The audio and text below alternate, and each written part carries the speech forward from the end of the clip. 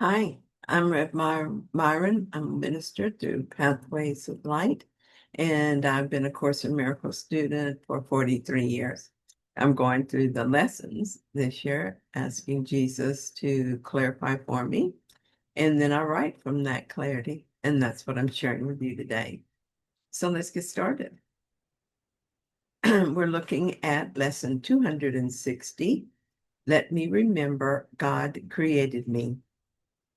Father, I did not make myself, although in my insanity I thought I did. Yet, as your thought, I have not left my source, remaining part of who created me. Your son, my Father, calls on you today. Let me remember you created me.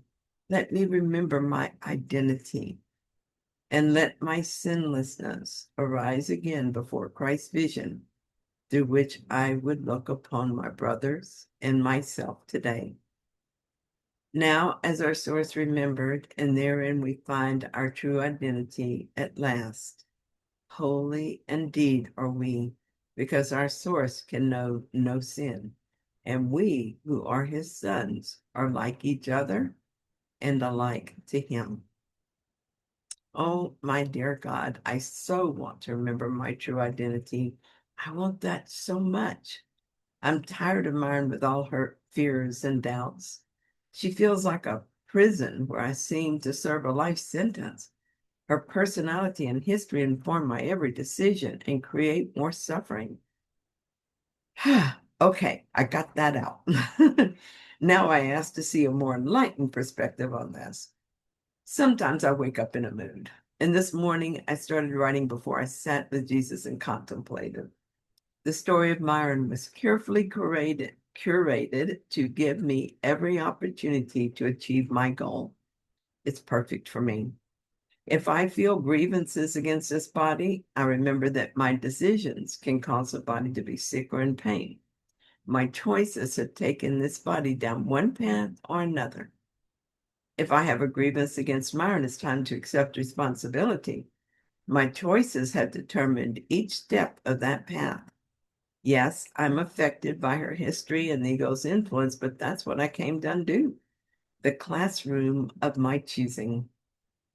As I write, I feel saner and I've regained my sense of humor.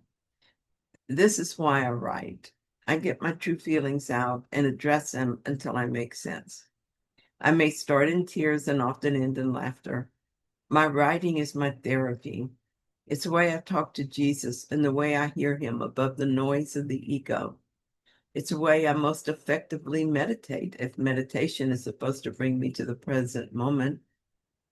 When I write in my journal, the world recedes and my mind is focused. There's nothing else. I do very much want to awaken from this dream, and I do call on my Father to help me remember. But I'm not calling in doubt and frustration now.